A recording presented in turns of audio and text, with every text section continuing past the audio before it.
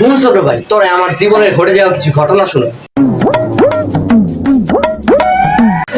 কোন ছোট ভাই তোরে আমার জীবনের ঘটে যাওয়া কিছু ঘটনা শোনো। শুনান তাহলে। একবার একজনের পছন্দ করছিলাম, কোন ছেড়া জানি ওরা তাবিজ করে নিয়ে গেছে। আচ্ছা। এরপর আরেকজনের পছন্দ করছি, ওইটারও তাবিজ করে নিয়ে গেছে। আই হাই। তারপরে পছন্দ করছে আরেকজন। এরপরে? এরপরে আর কি, এবার আর তাবিজ করার সুযোগ দিই না। তাইলে কি করছেন? কি করছি আবার, তাবিজ করার আগেই ছেড়ে দিছি। যাওয়ার সময় কি কইছি জানোস নি? কি করছিলেন? কইছি ইউ আর এ লেডি, কিন্তু you are a bad lady. যখন মানে কাম তখন লেডিও কাম, লেডির লগে ড্যাডিও কাম। আরে মা গো মা, আপনি তো ভালাই ইংলিশ পারেন। আরে আমি ইংলিশে সব সময় পাস করছি। ও মনে করিস না 33 পায় পাস করছি, বরাবর 34 পাইতাম। জাযাকাল্লাহ, মাশাআল্লাহ। কিন্তু অনেক চাকরি করছি, একটাও পাইনি।